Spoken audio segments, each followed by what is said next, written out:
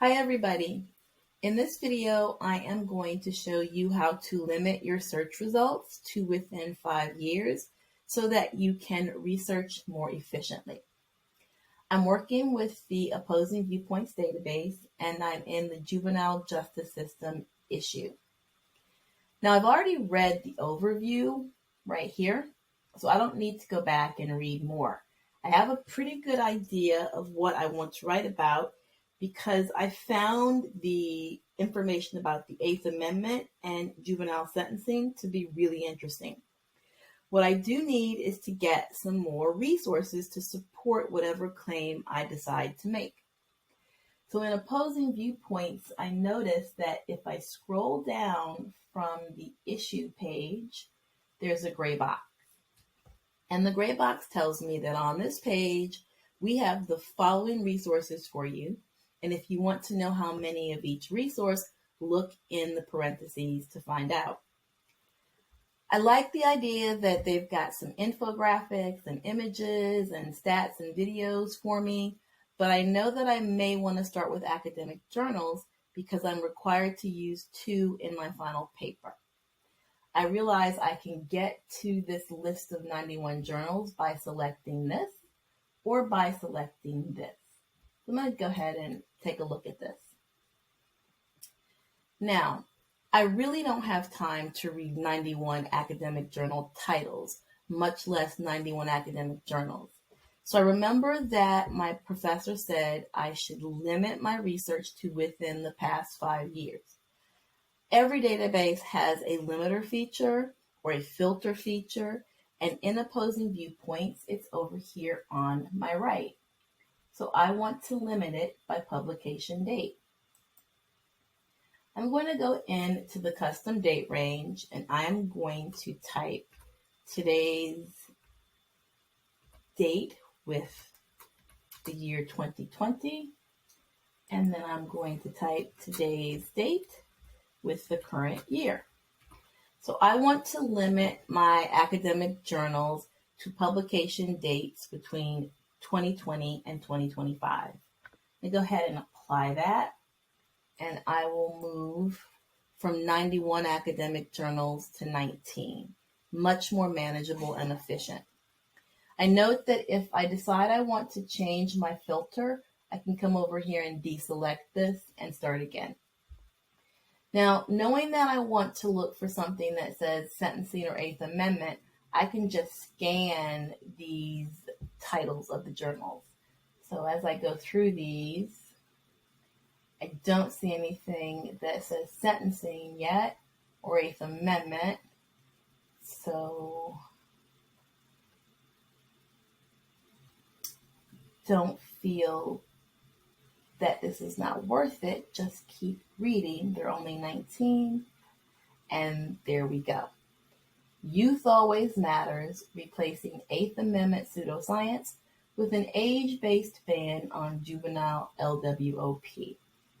Published in Yale Law Journal, April 2022. And it's peer-reviewed. I like this. I'm going to go ahead and open this up. And I notice that I have something called an abstract. I remember that an abstract is a summary of the journal article, but I'm not allowed to use that summary in my annotated bibliography. If I summarize this article, it has to be my summary. I have to have read it. I have to have summarized it. It cannot be that I went to some online source to help me summarize the article. I cannot copy paste the abstract. Good research, true research, means you have engaged with the information and you have put it into your own words. So as with anything in this database, I can highlight and annotate. That includes highlighting and annotating the abstract. As I read it, what I notice is this article is an analysis of sentencing transcripts, and that analysis reveals that sentencers routinely rely on unfounded assumptions when sentencing juveniles to life in prison. So this seems to be what the article is researching. The article also concludes that an age-based ban is necessary to protect youth from irreversible punishment. Okay. And the article concluded this by looking at efforts by formerly incarcerated youth with respect to this topic. So let me take a look at this. An analysis of sentencing transcripts shows that people who sentence juveniles rely on assumptions that have no basis when they sentence juveniles to life in prison. There's some people who've been sentenced as juveniles who are no longer in prison, and the conclusion that we can make is that there needs to be an age-based ban to protect youth from irreversible punishment. So it kind of sounds like the article is going to address the issue of young people in prison who were not sentenced appropriately. I got to keep reading. There is an introduction,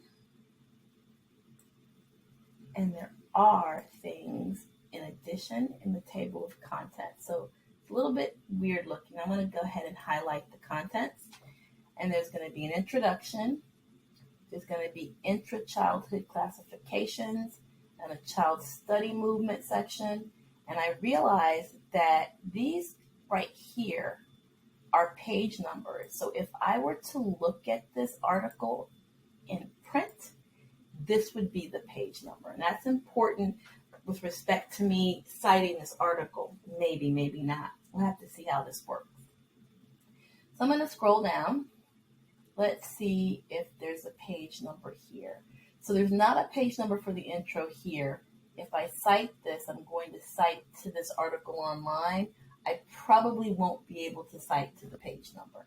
I'd have to go back and get the actual print copy. But no matter. I can go ahead and read. So, the United States is the only country in the world that sentences juveniles to life without parole. Over the last decade, the Supreme Court has issued a series of decisions that put some restrictions on the ability of people doing the sentencing to impose irrevocable punishment on youth under 18.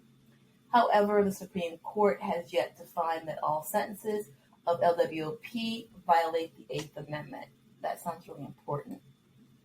So there are limits on sentencing, but they have not found that every LWOP sentence is a violation of the Eighth Amendment.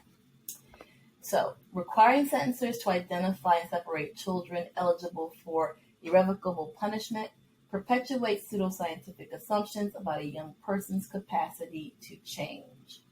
This sounds really important, but it also sounds really confusing. So I want to go ahead and highlight that so I can come back and re-engage with it. I think what they're saying is that if people who sentence young people to life without parole have to identify them and separate them based on these weird scientific assumptions, we're not really looking at the scientific assumptions about a young person's ability to change. This is really confusing. Requiring sentencers to identify and separate children eligible for irrevocable punishment perpetuates assumptions about a young person's capacity to change. That second read shows me that this verb, perpetuates, is important. If we require them to identify who's eligible, then we're going to have to use these false scientific belief systems that say how or whether or not a young person can change. This is going to be key to my argument if I want to make the argument that young people should not be sentenced to LWOP. I like this. I need to explore this a little bit more, so I'm going to keep that there. But then I noticed something. There are all these numbers here. They kind of like got in my way of reading. So 1, 2, 3, 4. So what the heck are these things? I think, if my memory serves, these might be actual footnotes to the journal article. these are sources that the journal article writer is citing. So I want to go ahead, I want to highlight that first one. I'm going to save that. And I'm going to scroll all the way down until I get to the end of the article. And I want to make sure it's the actual end. So I'm going to get past the conclusion. And there's a summary with an appendix and categories. And here's my number one. I'm pretty certain that this is that first footnote. So I want to copy this, and I want to go back up to the beginning of my reading where I highlighted that one. And I want to just make a note so that I've got that there. Now, I'm not going to do this for every one of these footnotes, but as I read, I'm going to have to consider whether or not information is important within the paragraph. And if it is, and there's a footnote, I need to know what that footnote says. So, going back, the U.S. is the only country in the world that sentences juveniles to life without parole. This case, Manley v. Warden, affirmed a sentence of juvenile life without parole after discussing the trial court's review of Manley's age, abusive childhood, and early drug use. So why is that footnote there? The sentence says the U.S. is the only country that sentences juveniles to life without parole, and the footnote tells me that this 2021 case was fine with this juvenile getting life without parole, even after they looked at the young person's age, abusive childhood, and early drug use. So in the U.S., we really don't have a problem doing this type of sentencing. So what I want to do here is put a little note to understand this. Okay. Underscores the idea that in the U.S., even mitigating factors like an abusive childhood do not mean a juvenile will not be sentenced to LWOP. All right, I feel pretty good about that, except for the fact that this is a really long article and I have to keep reading and I have to keep doing that. But that's the point I wanted to make. Once you get in a database and you limit your returns, and then you find something you think may be useful, you have to engage with that thing. And at the post-secondary level, academic journals are going to be a big part of your research. So within these online databases, you have to know how to maneuver to highlight and annotate information so that you have access to it for your paper. What I would do with this is I would continue to read it for maybe another 30 minutes, make sure I've highlighted and annotated it, and I would save my highlights and my annotations. And then I would go ahead and I would send it to myself. Now, I'd read smart, and by that I mean I would look at different sections of the article. The question becomes, how do I know what sections I want to look at? Well, I can go back to the table of contents and see what those are about, or I can go back into the introduction a little bit and see if there's any other kind of roadmap.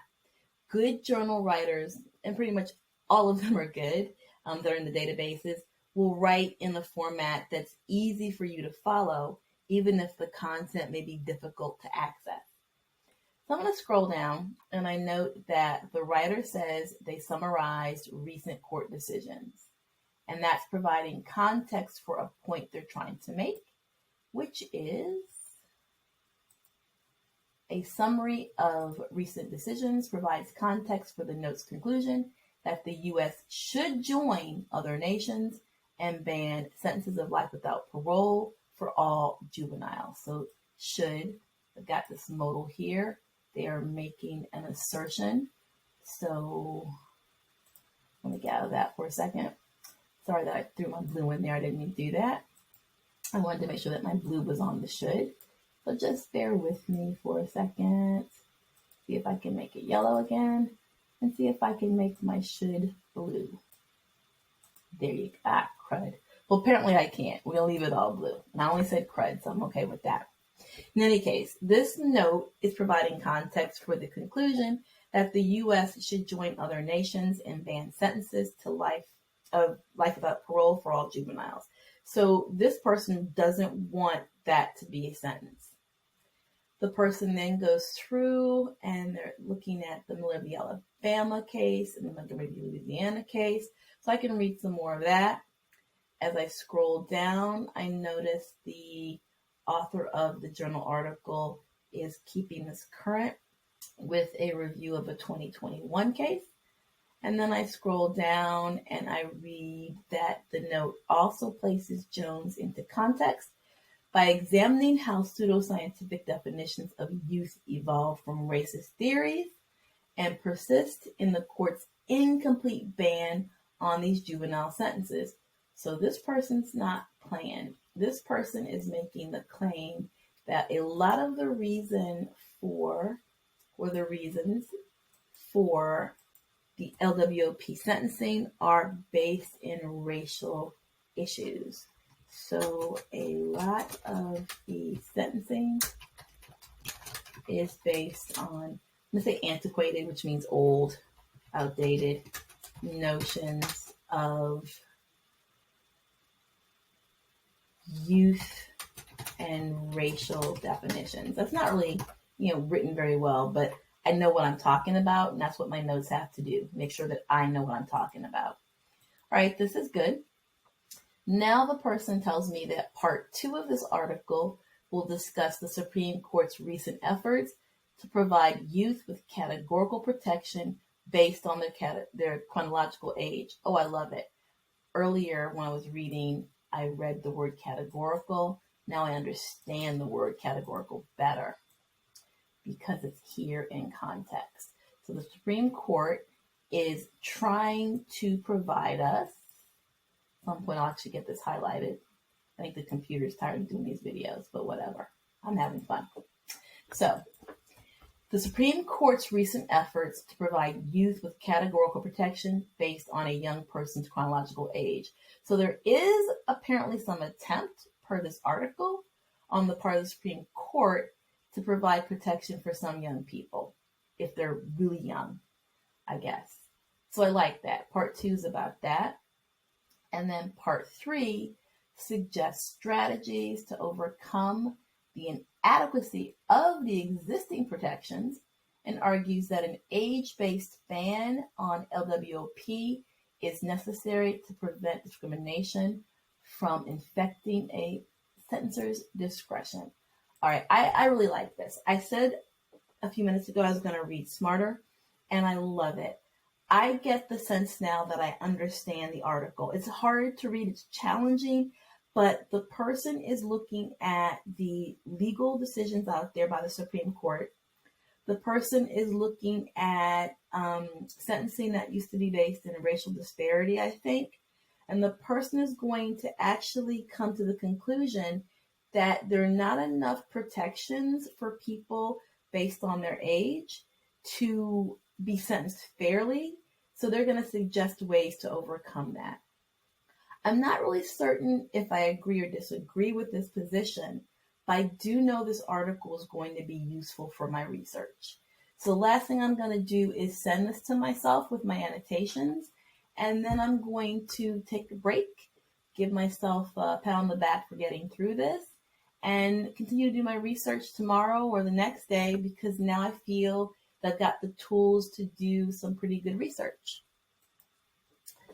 So once I've selected that, it's going to tell me that my forwarding of that information or my sending that information to my OneDrive is complete. I go ahead and tell it okay, and then I'm going to go to my OneDrive.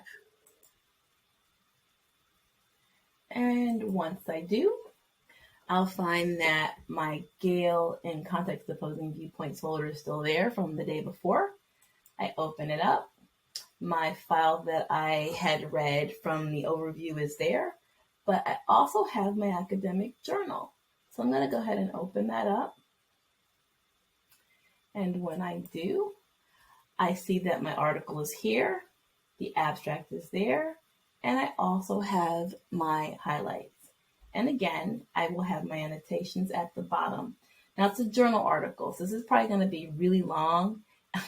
It's really long. You're going to notice that at the bottom of the page, this article is 97 pages long and still counting. Okay, now I'm going to follow my chair. It's 291 pages long. So I'm going to scroll down and hopefully I can get there before tomorrow. And you'll see that the notes I took on the article are there and they're even color coded. So this might be overwhelming, might be a little bit scary, but welcome to the desert of the real. This is research. As always, if you have any questions, shoot me an email or work with a librarian. They are, as always, really willing and happy to help you during the research process.